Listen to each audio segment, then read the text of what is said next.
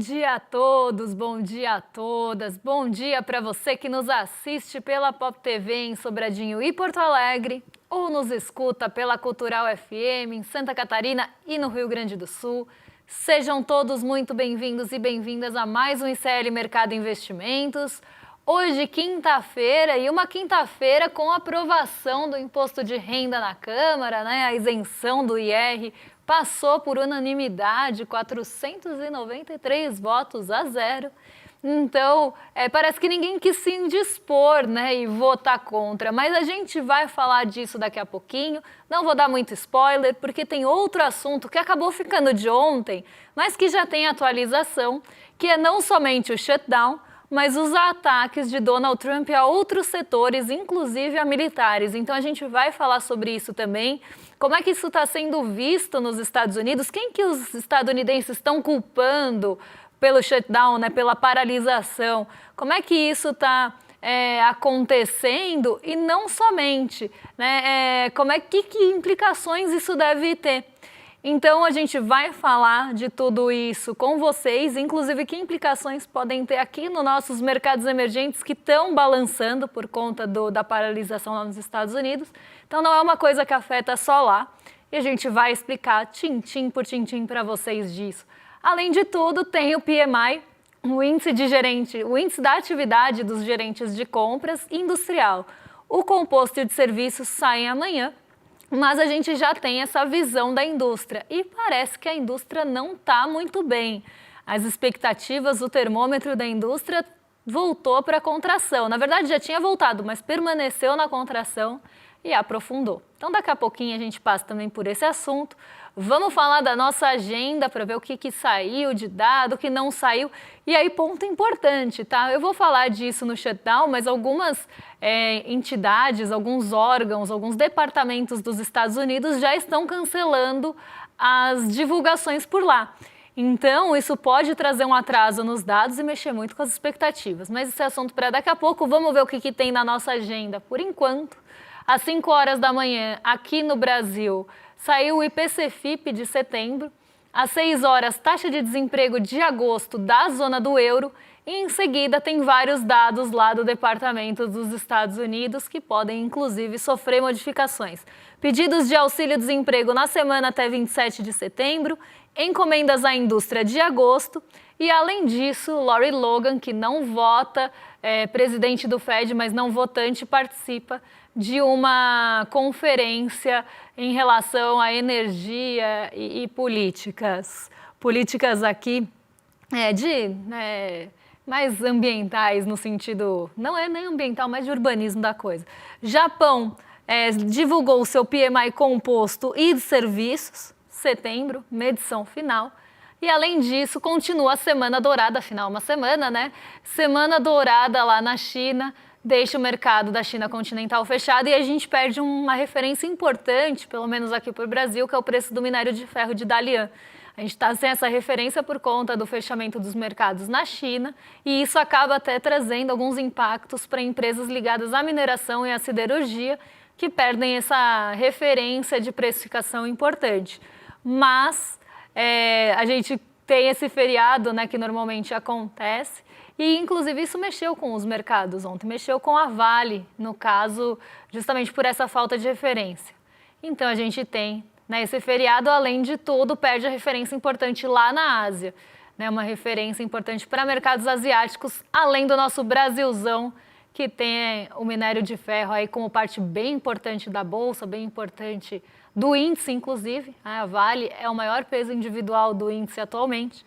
Então, a gente perde essa referência durante o feriado da China, que a gente não importou. Infelizmente, a gente não importou a Semana Dourada. Eu sempre falo que tem vários feriados que a gente passa aqui na agenda que a gente poderia trazer para o Brasilzão, mas não temos feriado de Semana Dourada por aqui, ficaremos na nossa semana mesmo trabalhada. Agora, vamos pegar assim, agora sim, porque ontem eu falei isso e não deu tempo. Vamos pegar o nosso avião para os Estados Unidos para falar dele, do Laranjão, porque Laranjão está aprontando um monte de coisas ali, está deferindo ataques para todo mundo, está atacando militar, está atacando democratas, está atacando todo mundo que discorda dele, né? Já não bastava o Jeremy Powell, a Lisa Cook, o Fed, a Coca-Cola. Ele está jogando ataque para geral e normalmente quem não tem alinhamento com ele. E isso acaba, né, mexendo com as expectativas e com as incertezas em relação aos Estados Unidos. Está todo mundo olhando para os Estados Unidos, e todo mundo, quando eu falo, é o mundo todo mesmo, globalmente, olhando para os Estados Unidos com desconfiança, porque Donald Trump senta para negociar com o Japão. E depois ele coloca uma tarifa de aço e alumínio que impacta o Japão, que ele tinha acabado de negociar.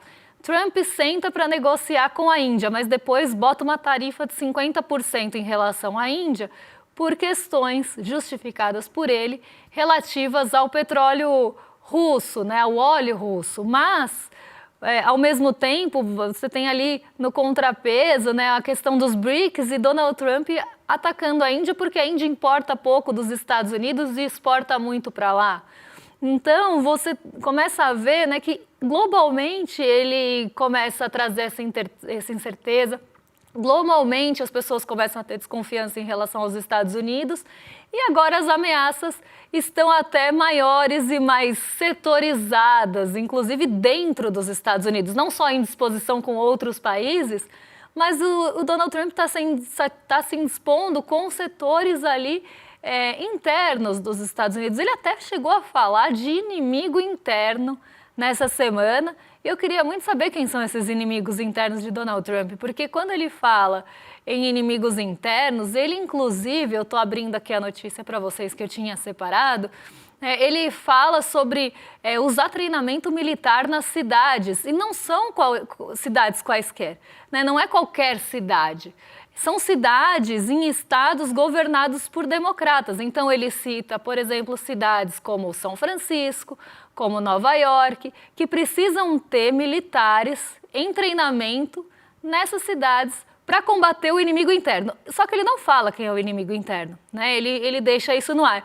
Só que o Pete, né, que é secretário da Defesa, que a gente vai ver daqui a pouquinho, vira e fala o seguinte, né, o Pete Hegseth, ele vira e fala o seguinte, um dos inimigos internos é a cultura woke. Então ele está levando as tropas militares, o secretário da Defesa falou que o inimigo interno é a cultura woke, para vocês verem o nível de psicodelia que a coisa chega. Ele está colocando ali as tropas, os militares, para fazer treinamento nas cidades, para combater o inimigo interno, que segundo o Pete Hegseth, que é o secretário da Defesa, coloca um dos inimigos como a cultura woke, mas a gente sabe que vai muito além disso, né? Não é só isso. Depois dele cometer gordofobia, ele falou uma coisa dessa. Então, você vê o nível que está chegando, né? Essa pressão e essa ameaça que não deixou de ser velada. Né? Uma ameaça bem explícita do Donald Trump a qualquer pessoa que discorde dele ou que tenha um posicionamento político diferente, inclusive dentro dos Estados Unidos, colocando como esse inimigo interno. Eu queria até achar essa notícia aqui, e eu achei já.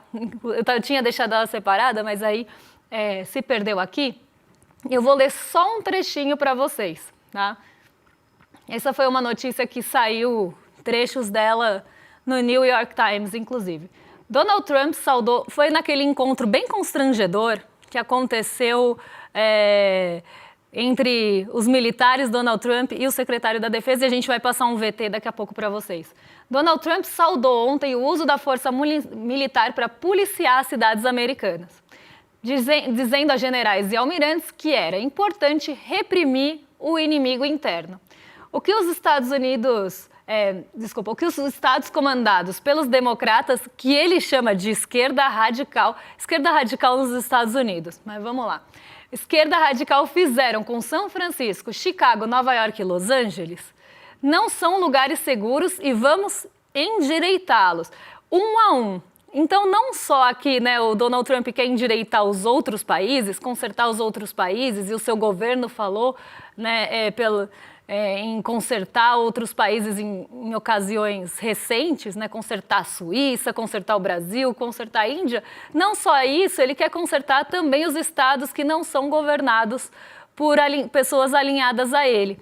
Então ele ataca, né, esses estados colocando a força militar ali para a gente ver o quanto isso é problemático. Mas vamos seguir por aqui. Disse Trump sugerindo transformar as cidades em campo de treinamento militar. E aí continua, né, a notícia que é o New York Times e entra na parte que fala o Pete Hegseth, que é o secretário da Defesa, que declarou o fim da cultura woke com essa intervenção e anunciou novas diretrizes para as tropas, que inclui padrões físicos, neutros em termos de gênero ou do nível masculino. Hegseth criticou generais gordos, a gente até tem essa generais gordos entre aspas porque foi a fala dele, e disse que as Forças Armadas exigirão que os oficiais estejam em forma. E esse encontro foi muito constrangedor e muito em tom de ameaça.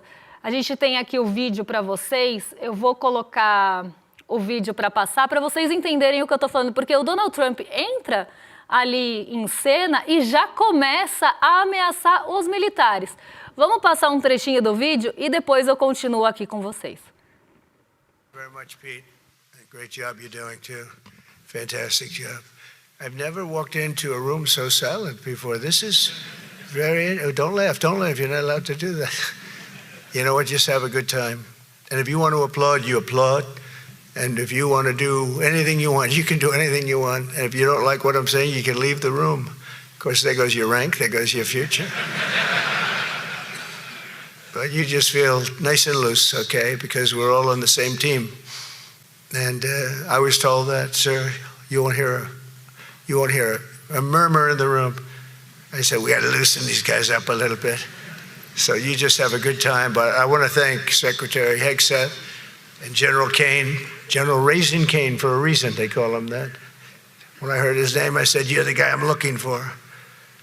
The Joint Chiefs of Staff and so many others in this room who together represent the greatest and most elite fighting force in the history of the world, the United States military.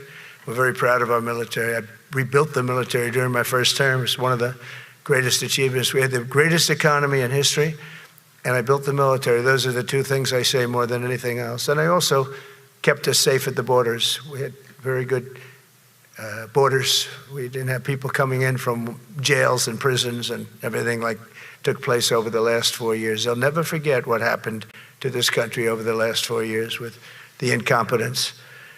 There could be no higher. Donald Trump, como sempre, vivendo ali no seu mundo paralelo, fazendo a sua própria realidade. O Donald Trump sendo meio WandaVision, como a gente sempre fala aqui, né? A feiticeira escarlate cria ali a sua própria realidade e vive nela.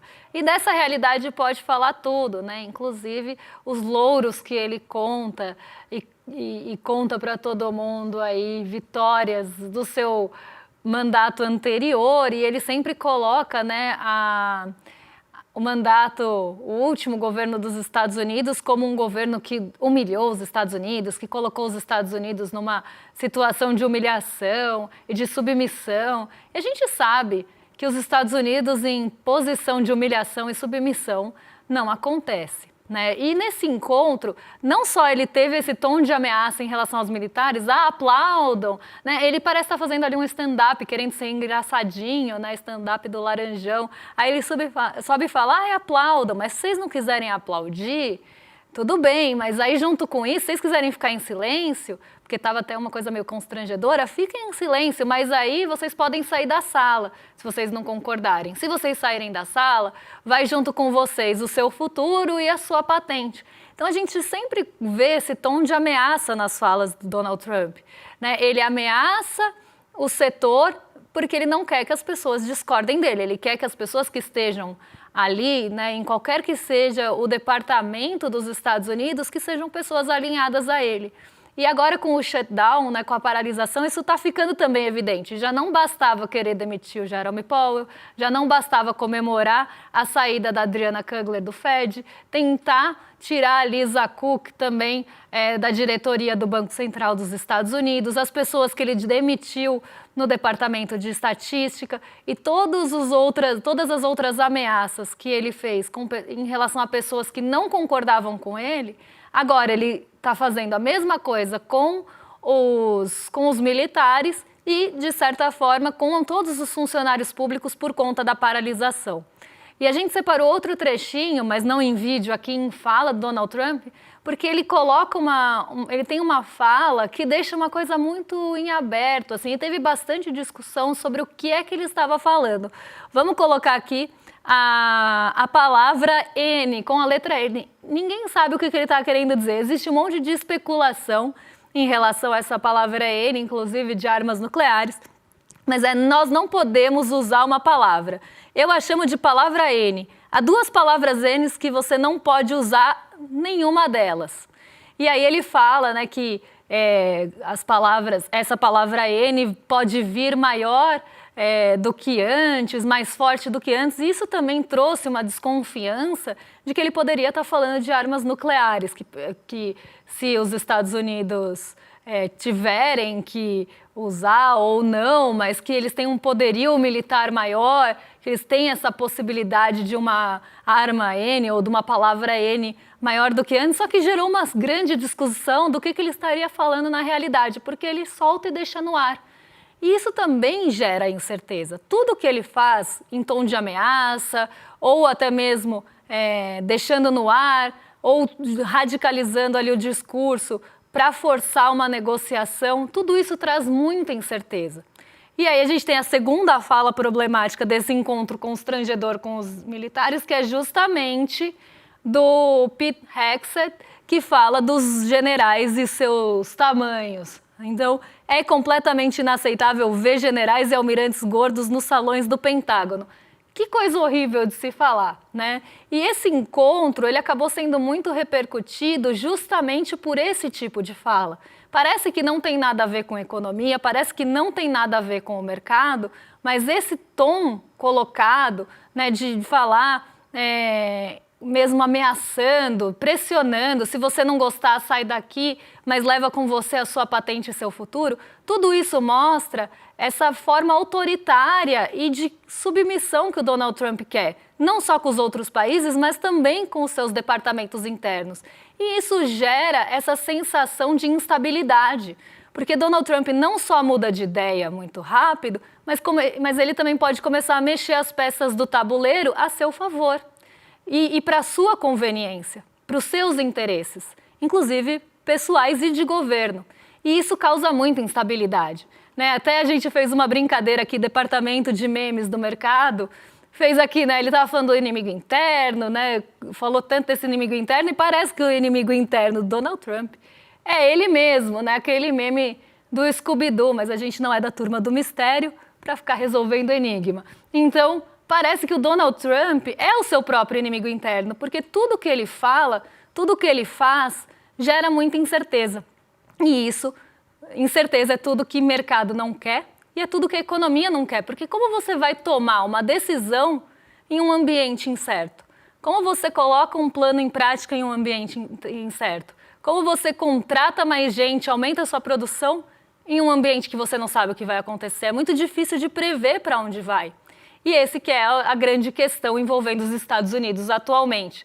E a gente trouxe alguns dados da paralisação, do famoso shutdown que está acontecendo lá, porque o projeto não foi aprovado, né? O projeto ali envolvendo o orçamento, ele precisa ser aprovado por 60 votantes, não tem esses votantes mesmo, ainda que alguns democratas, a gente estava vendo mais cedo, alguns democratas tenham votado a favor do orçamento, vamos colocar assim, não foi o suficiente para atingir os 60 votos necessários.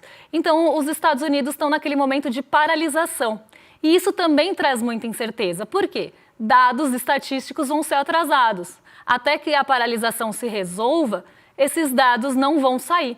E se os dados não vão sair, você fica no escuro ali, você não sabe para onde a economia está indo, não vai ter divulgação do PIB, não vai ter divulgação do desemprego, não vai ter divulgação de dados econômicos importantes, e aí você fica sem a referência. Como você vai tomar uma decisão, seja do lado real e produtivo da coisa ou do lado financeiro, se você não sabe para onde a economia dos Estados Unidos está indo?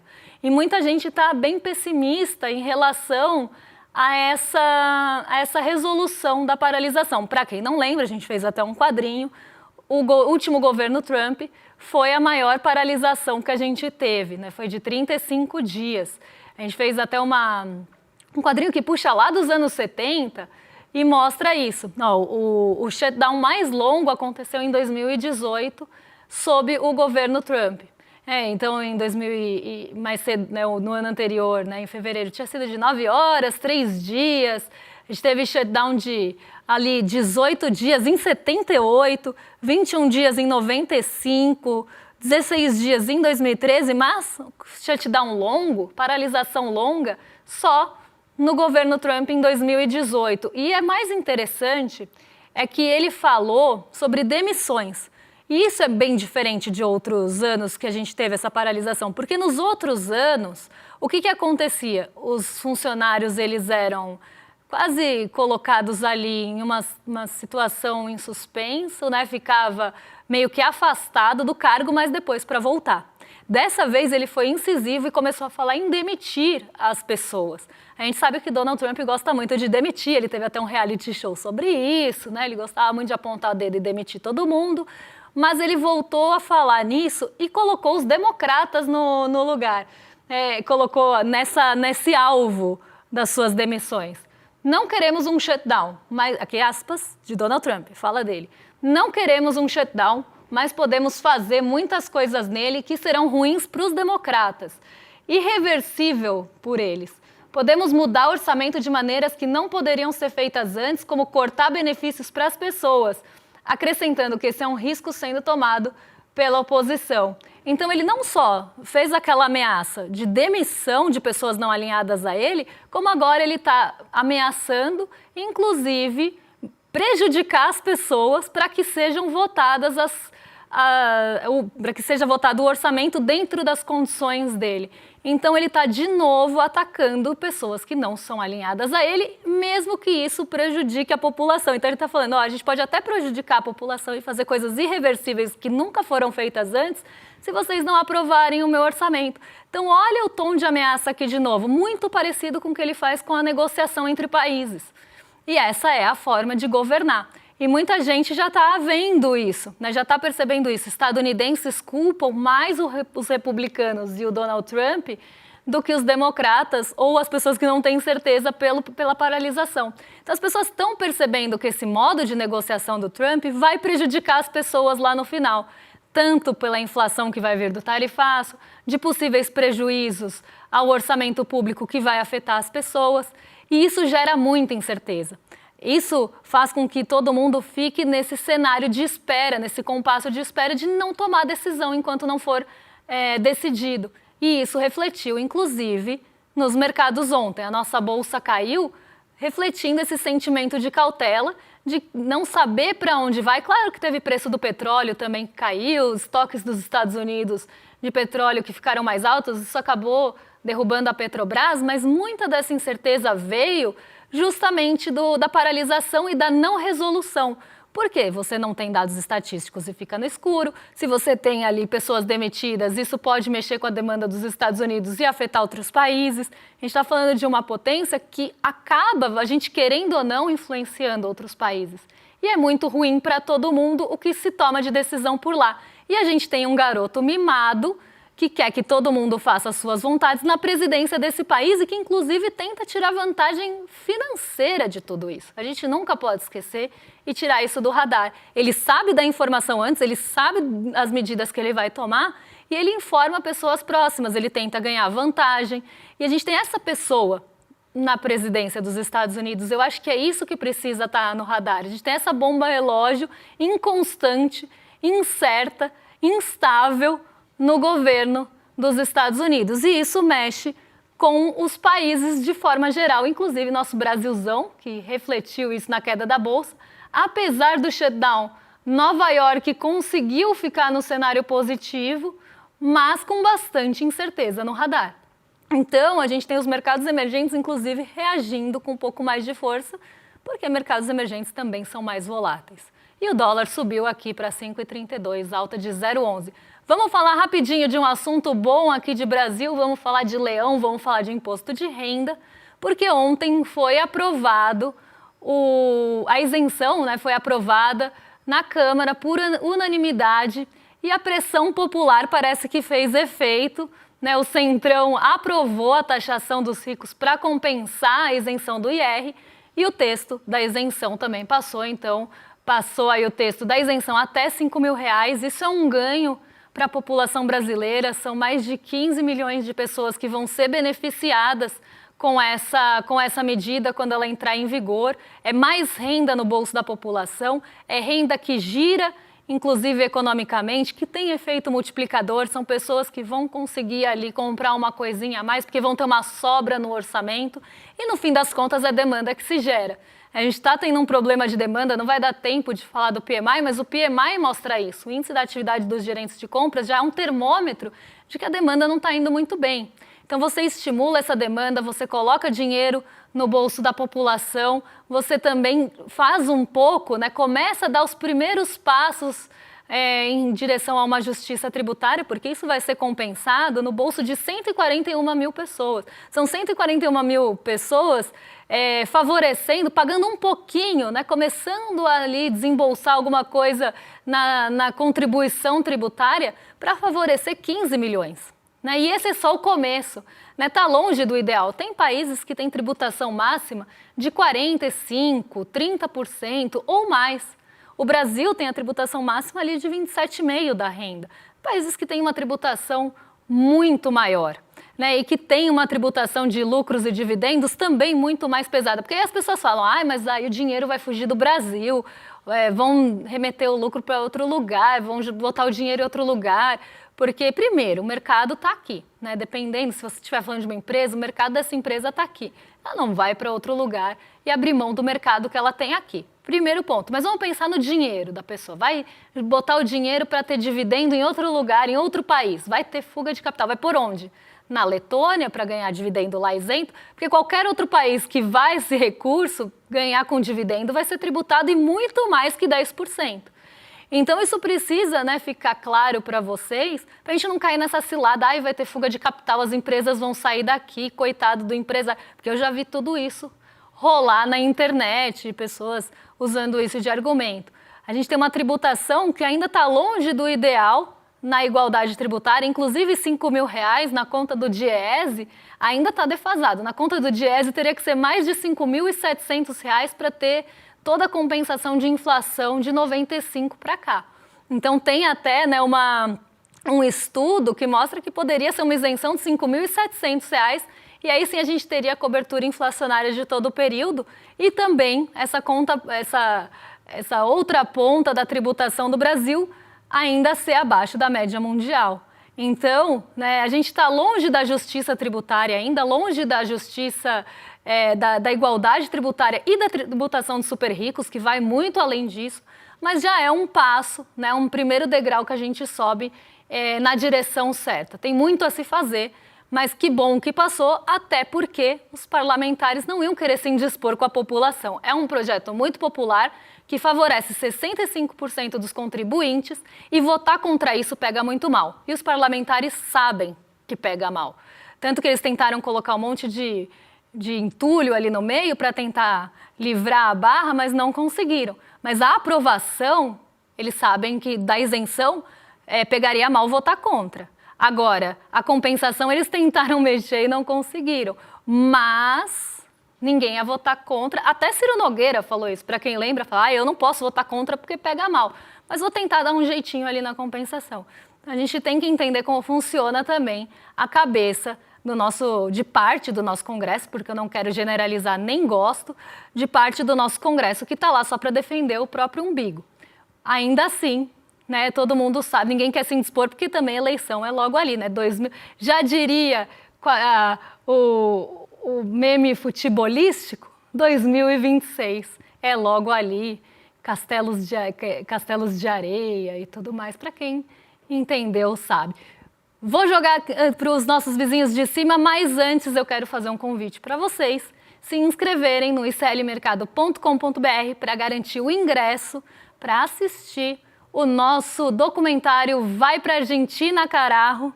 Vocês viram aí como está difícil a divulgação desse filme, então a gente conta muito com vocês para essa inscrição e que vocês divulguem aí para seus amigos, divulguem para os parentes, porque tá um filme incrível e que vai mostrar toda a situação da Argentina, da economia argentina, até com uma certa leveza e de forma bastante didática para todo mundo entender o que está acontecendo por lá. Não quer ficar de fora? Manda o link também para os seus amigos, iclmercado.com.br, aí vocês já garantem o ingresso do cineminha. E na quinta-feira, dia 9 de outubro, às 8 horas, a gente está junto para assistir o nosso documentário sobre o Javier Milei e o que está acontecendo na Argentina. Inclusive, se isso se sustenta ou não. Agora sim, vou jogar para os nossos vizinhos de cima. Peguem o elevador e subam para se juntar com a Roberta Garcia, a Sarazara e o Guga Noblar. Vocês estão em mais do que excelente companhia a partir de agora. Eu fico por aqui, mas amanhã eu tô de volta. Um beijão e até lá. Olá, eu quero falar dos vizinhos da Argentina. 1,5 milhão de crianças comendo apenas uma vez por dia, demissões em massa, mais da metade da população empobrecida. É esse o sucesso econômico, sucesso de um projeto político devastador para reconfigurar a Argentina de Javier Milei. Eduardo Moreira fez as malas para desmascarar essa que é a maior fake news do capitalismo mundial. Vai para a Argentina, carajo! Uma sequência do sucesso vai para Cuba, Eduardo, que foi premiado internacionalmente. Então você já sabe, é simplesmente imperdível. A estreia do original ICL vai ser na quinta-feira, 9 de outubro, 8 da noite. A exibição é online e é gratuita. Até lá. Don't waste my time. Na loja Sou ICL você encontra camisetas, canecas, mochilas e bonés que carregam ideias.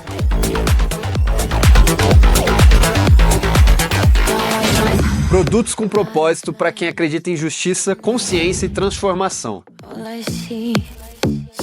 Vista, use, leve a luta com você. Acesse souicl.com.br e escolha o que representa você. ICL, souicl.com.br, tá tudo lá.